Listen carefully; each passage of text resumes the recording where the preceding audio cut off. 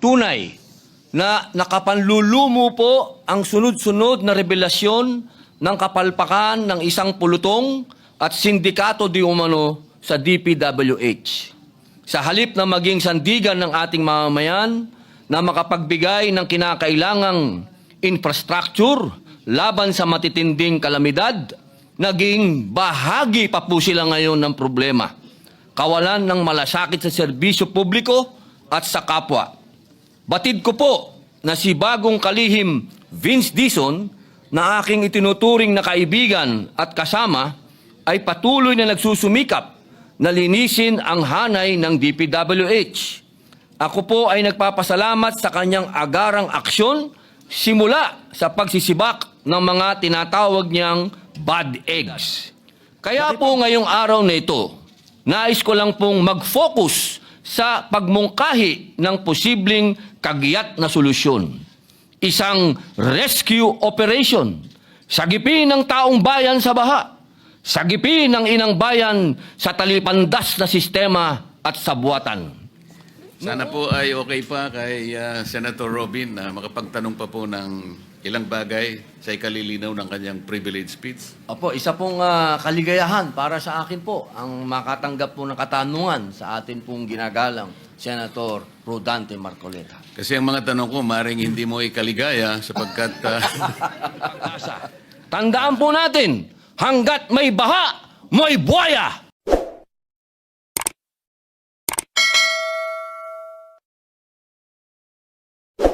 For the sponsor of the treaty, we'd like to recognize, if we may, Mr. President, with the permission of the body, our distinguished colleague, Senator Robin Hood Padilla, to avail of the privilege hour. The gentleman from Mindanao in Nueva Ecija, Senator Robin Padilla, is recognized. Maraming salamat po, Ginoong Pangulo, at sa atin pong pinunong mayorya. A'udhu billahi minasyaitanir rajim, bismillahirrahmanirrahim, alhamdulillah rabbil alamin.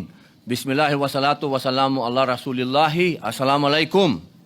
Ginoong Tagapangulo, mga kagalang-galang na kasamahan, ako po ay tumitindig sa pulpitong ito ngayong hapon sa bisa po ng personal at kolektibong pribileyo.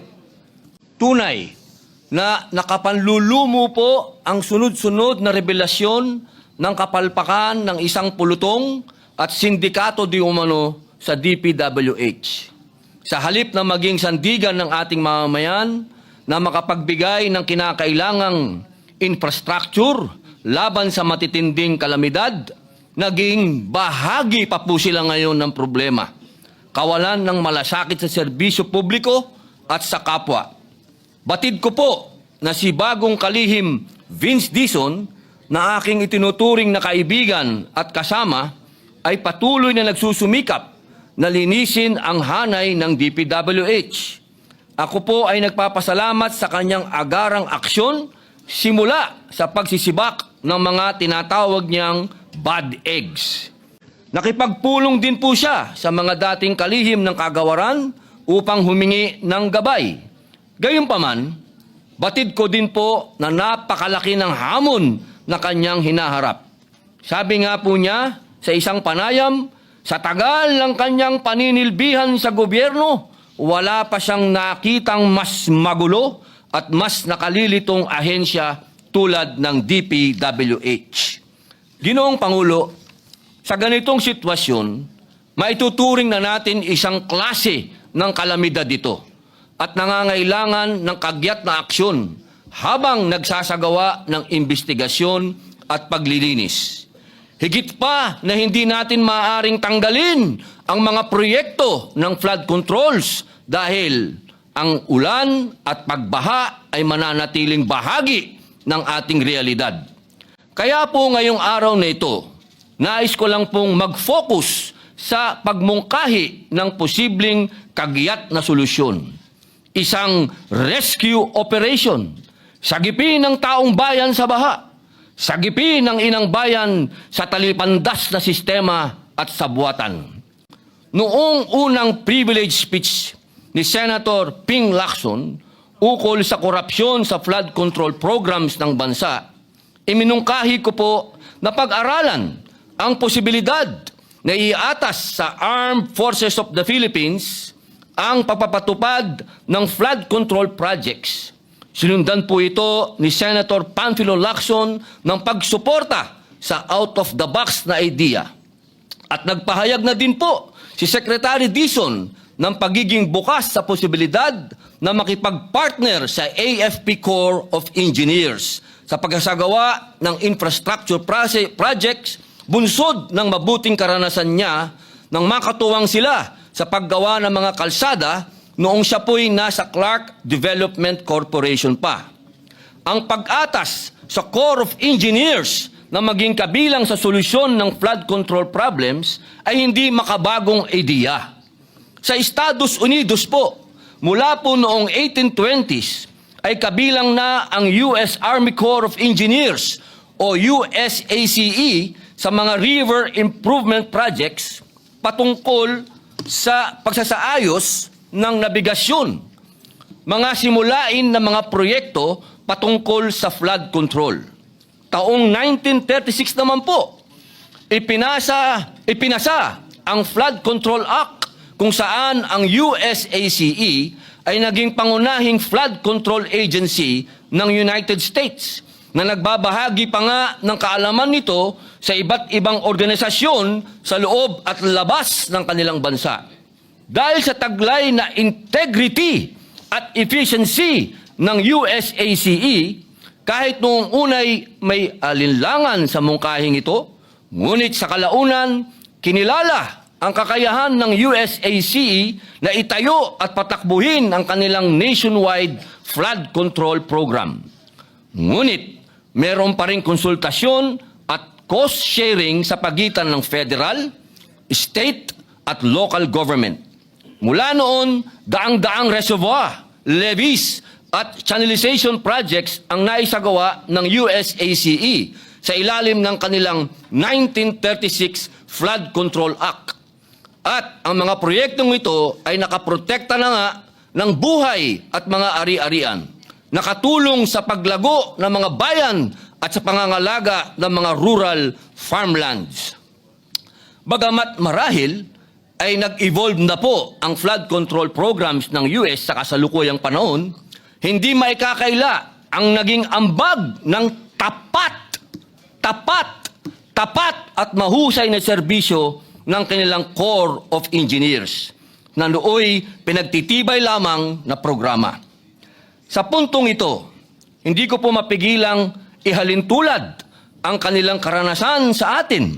Ang AFP Corps of Engineers o AFP-COE na kinabibilangan ng lahat ng engineering units at personal ng AFP, isang institusyon na may higit 8 dekadang kasaysayan ng serbisyo na hindi lamang limitado sa combat engineering, kundi maging sa mga proyekto ng gobyerno na sumusuporta sa national and community development goals ng bansa.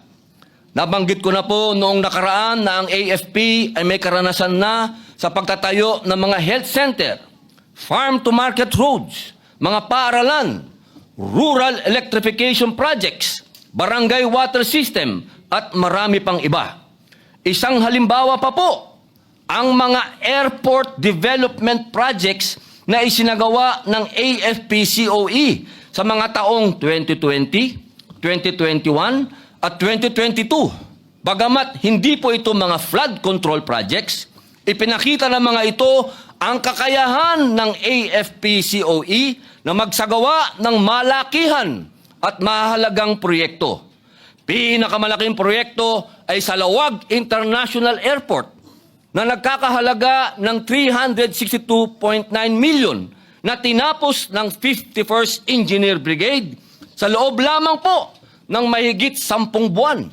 Mahigit pa sa halagang ito ang pinapatalo di umano sa kasino ng mga tiwaling engineer ng DPWH. Yan pong Cotabato Airport Development Project na isinagawa ng 54th Engineering Brigade na may approved budget for the contract o ABC na 158.6 million. 124.4 million lang po ang naging contract amount niyan. May savings pa. Ganon din po sa Vegan Airport Development Project na isinagawa ng 350 feet Aviation Engineer Wing, yung extension of runway project na may ABC na 67.9 million.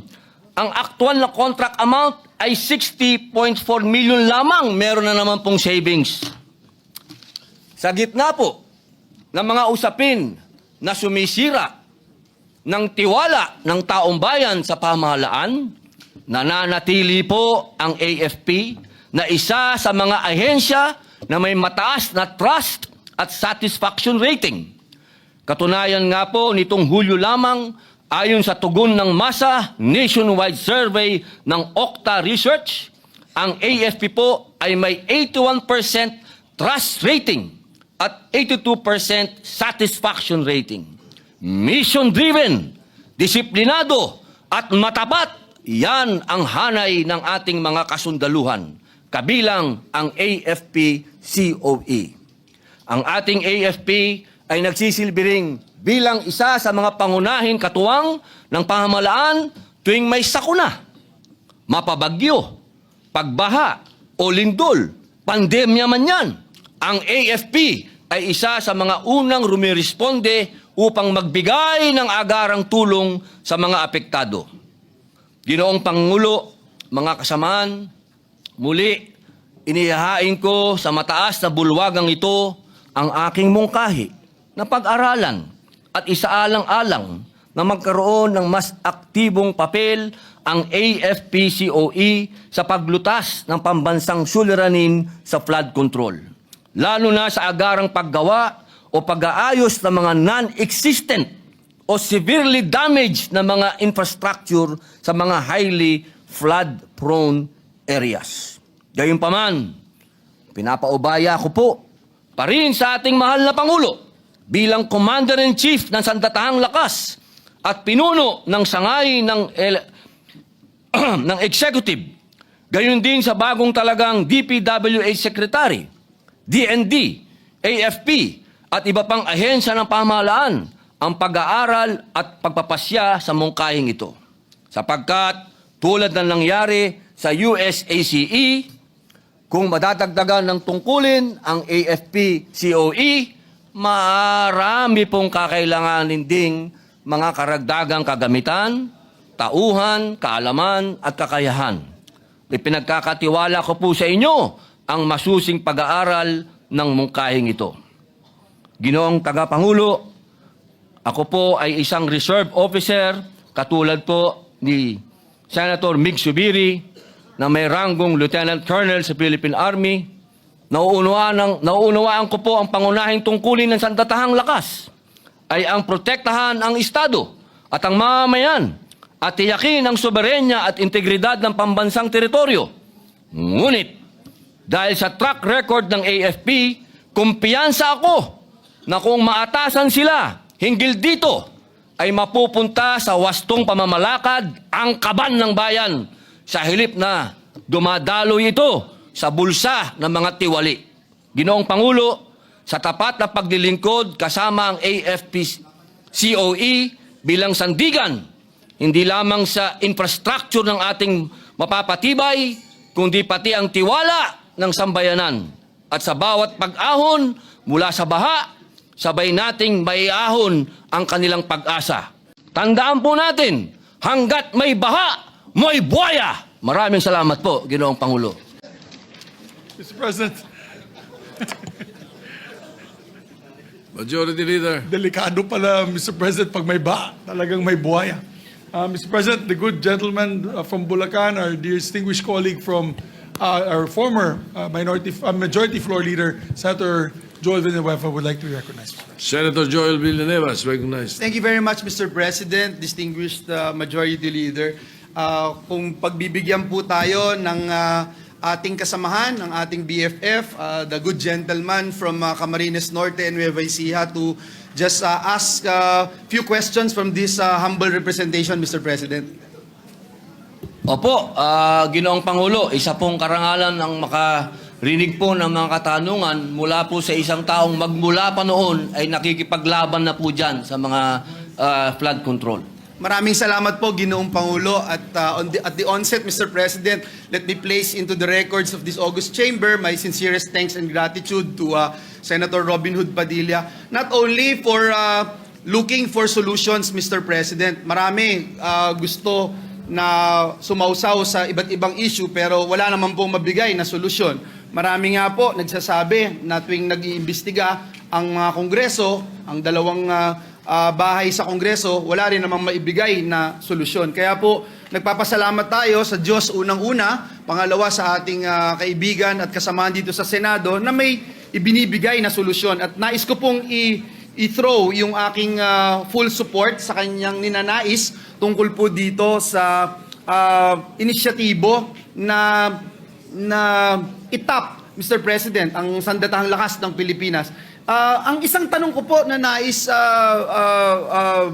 ipahiwatig, Ginoong Pangulo, ay paano po natin ito may isasakatuparan? Ito po ba ay kinakailangan na maggawa ng isang panukalang batas o isang order lamang mula sa ehekutibo? O ito po ba ay po pwedeng gawin ng, for example, the newly installed Department of Public Works and Highway Secretary would come up of a memorandum or having a partnership with the AFP at magawa itong mga proyekto na kung saan alam natin at sumasang-ayon ako sa gentleman from Camarines Norte and Nueva Ecija na mataas ang level ng pagtitiwala ng taong bayan sa ating sandatahang Pilipinas. So ano po yung pwede nating gawin para maisakatuparan itong mga bagay na akin din pong sinusuportahan, Ginoong Pangulo? Opo, maraming salamat po sa inyong katanungan, aking mahal na kaibigan. Alam niyo po, ito pong tinatawag po nating AFP-COE. Matagal na po itong ginagamit po ng gobyerno. Noong pong lalong-lalo na po, noong 2020, 2021 at 2022. Marami na po silang nagawang mga airport. Katulad po ng nabanggit ko po kanina, sila po ay nakagawa na ng Lawag International Airport, Cotabato Airport Development Project po, at sa Vigan Airport Development Project po. Malalaking project po ito na hindi na po kinailangan pang gumawa po tayo ng panibagong batas. Ito po ay sa pamamagitan lamang po ng utos ng ating Pangulo nung panahon na yon. Opo. Lalong-lalo na po ngayon, siguro po mas kailangan natin sila sa oras na ito. Opo. You mean to say, Mr. President, an executive order or a memorandum of agreement will suffice, Opo. Mr. President, para sa ganito? Gusto ko hong susugan yung binanggit po ninyo kasi Ginoong Pangulo, nung tayo po ay nasa Technical Education and Skills Development Authority, we have come up with partnerships like this. In fact, Mr. President, let me point out our partnership with then Congresswoman Telma Almario of Davao Oriental. If I'm not mistaken, Mr. President, we have come up with a program na tinatawag po ay Training Cum Production ng TESDA. Ito po ay libreng training program para sa mga kabataan doon sa Davao Oriental. At pagkatapos habang tinetrain sila, for example, sa construction, bricklaying for instance, gumagawa po sila ng classroom doon po sa Davao Oriental. Maaaring hindi po kasing galing o kasing bilis ng mga hina-hire na certified worker, construction worker dahil syempre may learning curve pa po eh. Pero ang kagandahan po, kahit na mas tumatagal yung panahon para sa training program, ang nangyayari po, nagkakaroon ng pagsasanay, natututo yung mga kabataan. And while they are learning, Mr. President, at the end of the program, nung training cum production ng TESDA, sila po ay nase-certify. So, ibig sabihin, ito pong mga bata na na-train ay binibigyan ng sertifikasyon. So, parang nagkaroon sila ng diploma o yung national certification ng TESDA that has become a passport for employment not only here in the Philippines but even abroad.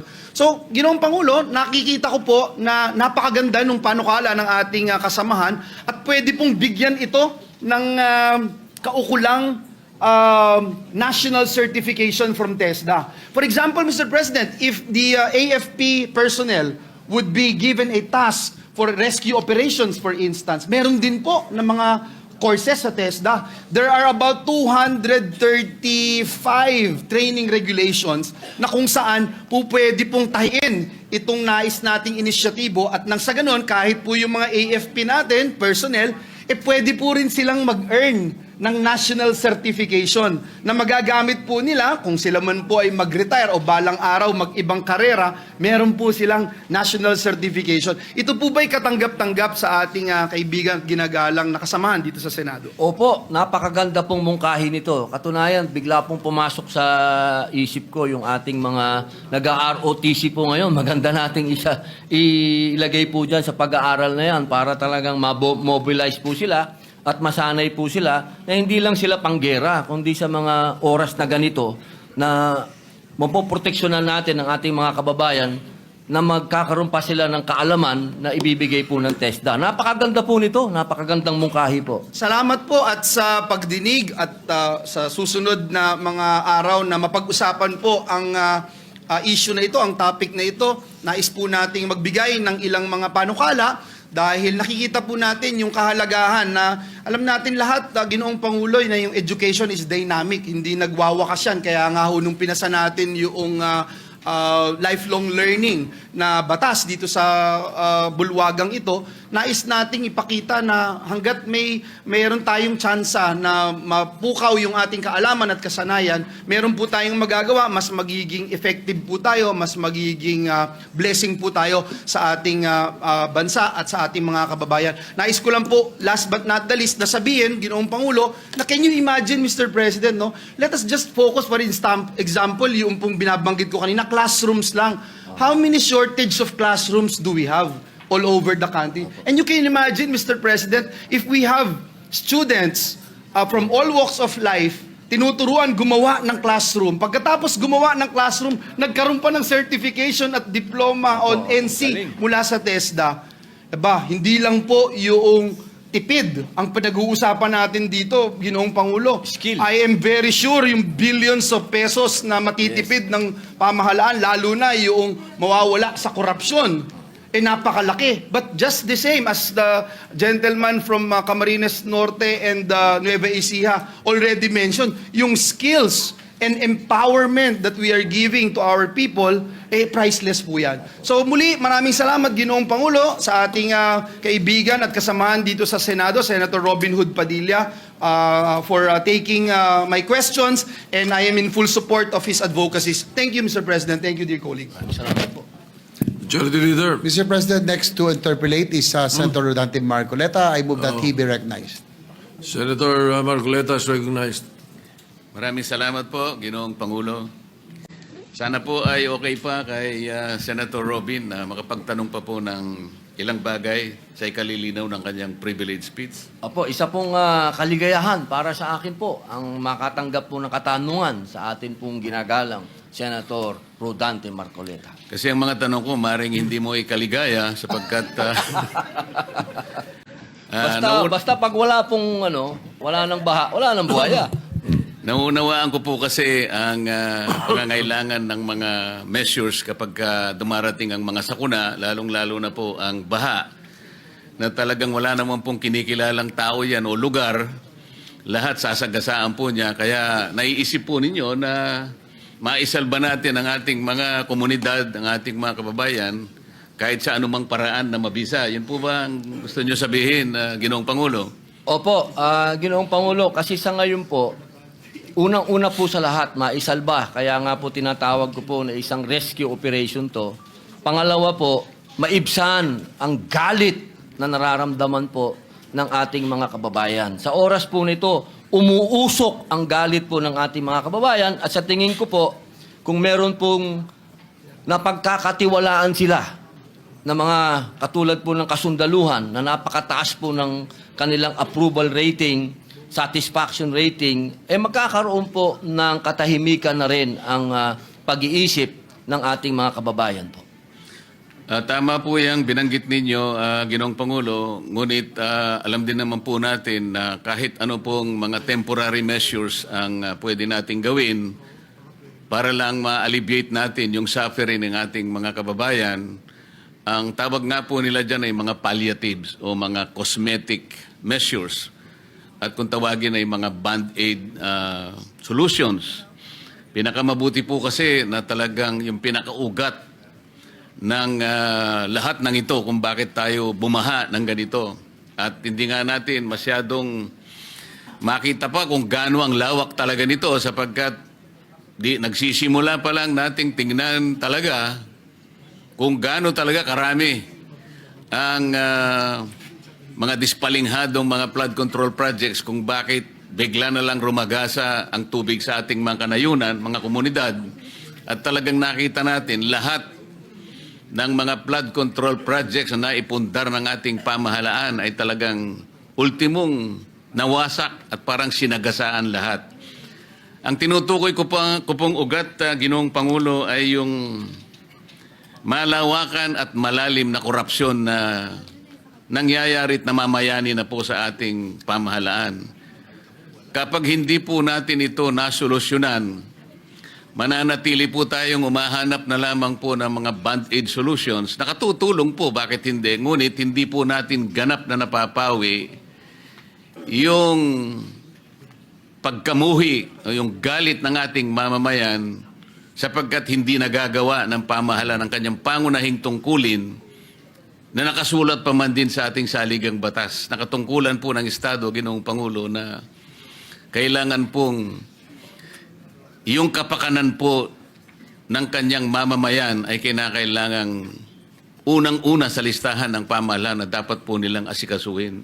Tama po ba yun, Ginoong Pangulo? Tama po, naniniwala po tayo dyan. Kaya po natin na isulat ang akin pong pribilehiyong talumpati sapagkat kapag nanood po tayo ngayon ng balita at nakita po natin at naririnig ko pa nga po na ang magpapatuloy ng mga proyekto, ng mga katulad po ng mga nasirang proyekto, yung mga proyektong guni-guni, ang magtutuloy daw po ay yung paring mga kontraktor. Kaya po ako lalong nagkaroon ng lakas na loob na gawin po itong talumpati na ito sapagkat kung pamimiliin po ako kung pamimiliin po ako mismo, kung sino dapat ang gumawa nito at magkakatiwalaan ko, hindi na po siguro yung mga kontraktor na yun. Kung hindi, ito na po sigurong AFP, COE, na matagal na pong gumawa ng mga proyekto, katulad po ng mga airport. Kapag airport po ang ginagawa niyan, ibig pong sabihin, matibay po talaga yung mga runway na ginagawa nito mga ito. At sa cost po, sa cost na kung ano po yung budget, nakakatipid pa po sila. Meron pa pong savings, Kaya po nung narinig ko po yon sa balita, sabi ko, siguro naman mas maganda itong aking itatalumpati dahil ito sigurado, number 1, ang sundalo, disiplinado. Kapag gumawa sila ng kapalpakan, merong kaagad court martial. Andyan po kaagad.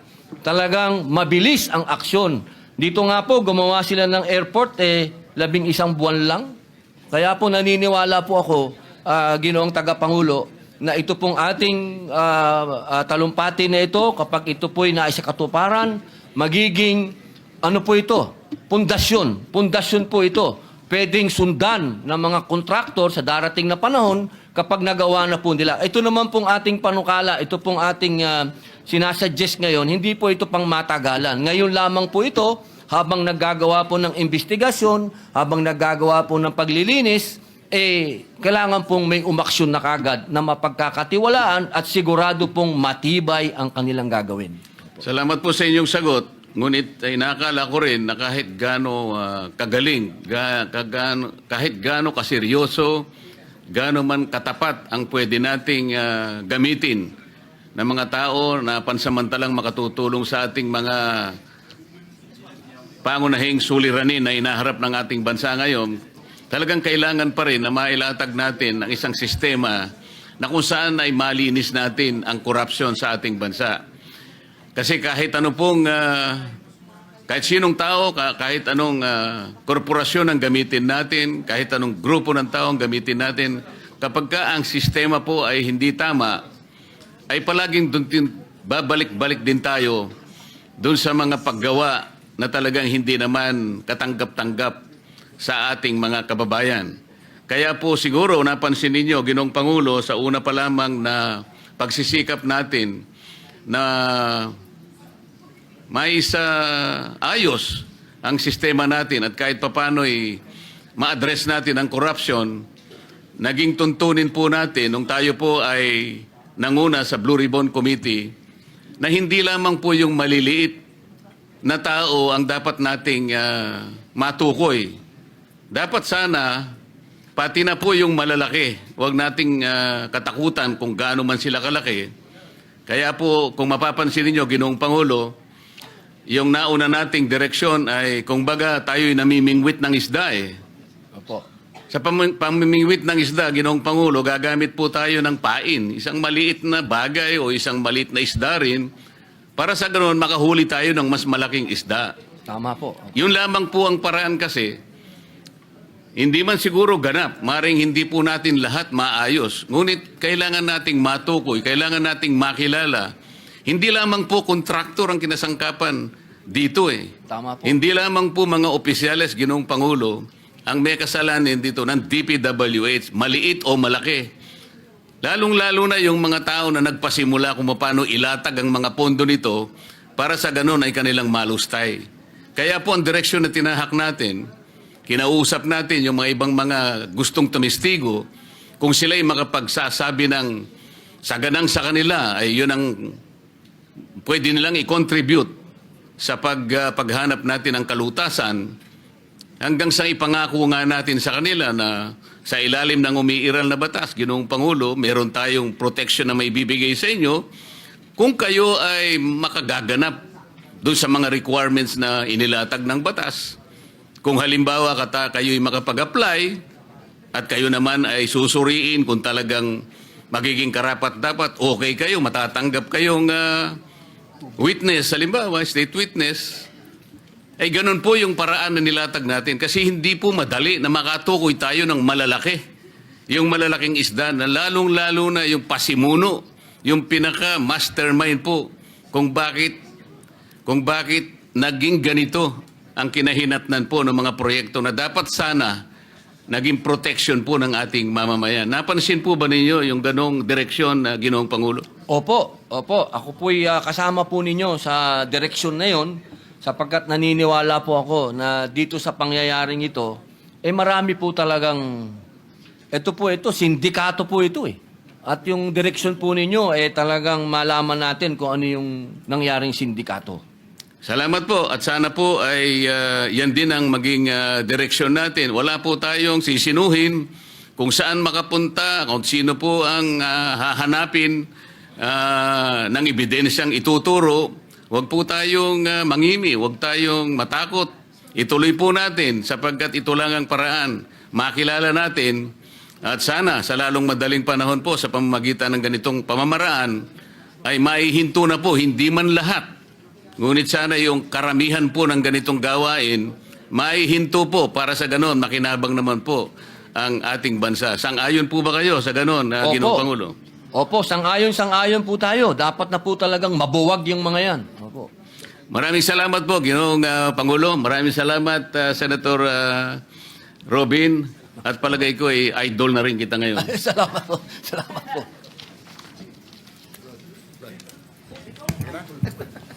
Majority Leader. Mr. President, I move that we refer the privileged speech of Senator Robin Padilla and all the interpellations and manifestations thereto to the Committees on Public Works and National Defense and Security, Peace, Unification, and Reconciliation. So move, Mr. President. Any objection? Hearing none is so referred.